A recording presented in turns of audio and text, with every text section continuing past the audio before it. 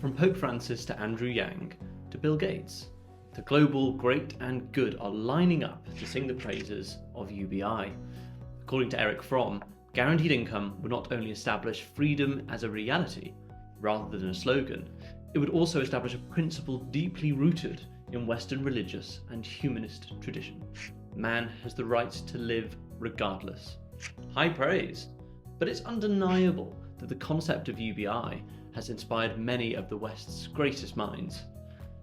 During his "Where do we go from here" speech in Georgia, Martin Luther King said, "I am now convinced that the simplest solution to poverty is to abolish it directly by a new, widely discussed measure, the guaranteed income." Going further back, Bertrand Russell argued that a certain small income, sufficient for necessities, should be secured for all whether they work or not. So, given its high-profile advocates, you might be wondering, what exactly is UBI? Universal Basic Income is a policy proposal where all citizens, regardless of other income, receive a regular, unconditional sum of money from the government. Every adult, whether they're on benefits or a billionaire, get a regular handout of taxpayer cash. Thank you. In practice, the policy usually requires a reduction in state spending in other areas, so the money that the state would have spent administering certain public services is instead given directly to taxpayers. You fund your own healthcare. While the exact details of a UBI model is hotly contested, its popularity spans the political spectrum. Left-wingers praise its role in reducing extreme poverty, while free marketeers present it as a way to reduce inefficiencies in state bureaucracy. But is it really an economical silver bullet? Universal basic income is one of these ideas that people suggest is a good way of getting rid of poverty, because the idea is to pay every citizen an amount of money that keeps them out of poverty.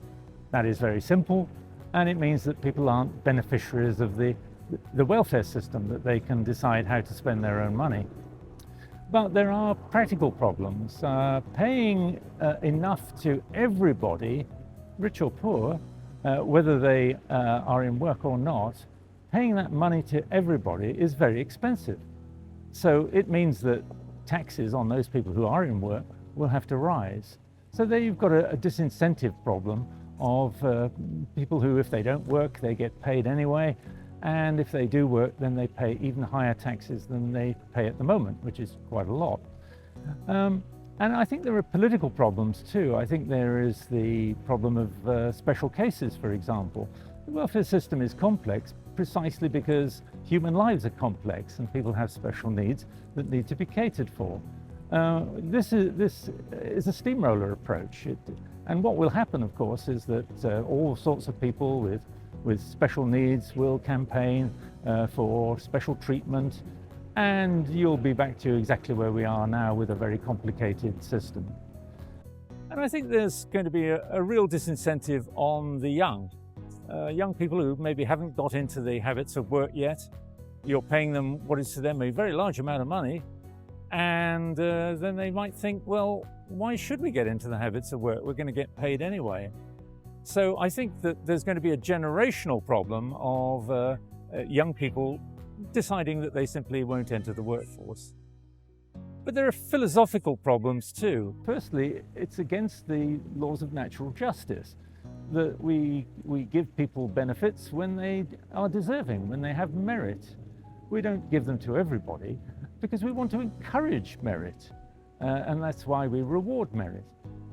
Also, I think it forgets that people have different values.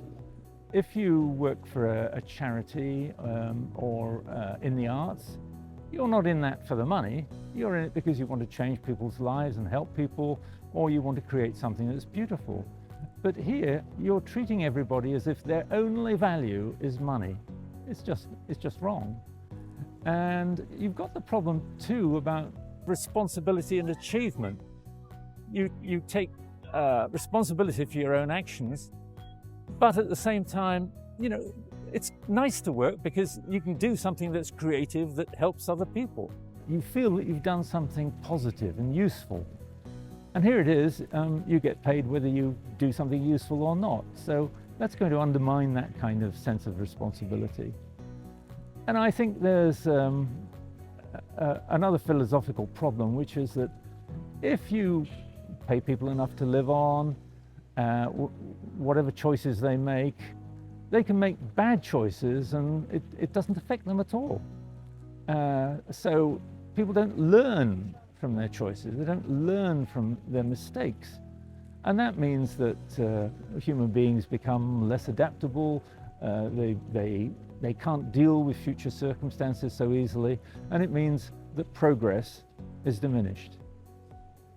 Ultimately, while UBI seems appealing, it's just another fad. Its trial in Finland was a flop. During this experiment, the outcomes of 2,000 unemployed participants who had received €560 a month from January 2017 to December 2018 were compared with a control group of 173,000 who did not. There was only a small statistical difference between the study group and the control group in the number of people who found work after 2 years. As UBI is trialled across Central Jarrow and East Finchley, it's time politicians woke up to the fact that we desperately need a smaller state, administered through a negative income tax. Is a completely dynamic model. So it's essentially saying, how do you pay negative tax? You don't.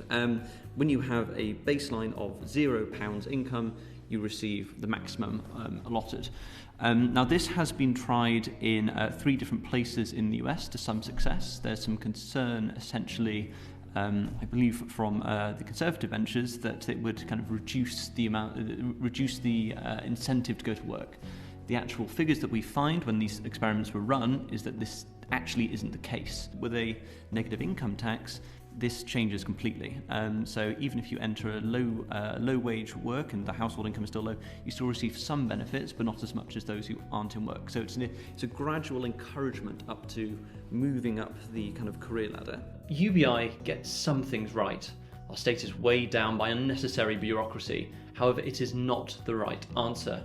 Rather than indulging in the latest social engineering craze, let's harness the power of the free market to lift people out of poverty.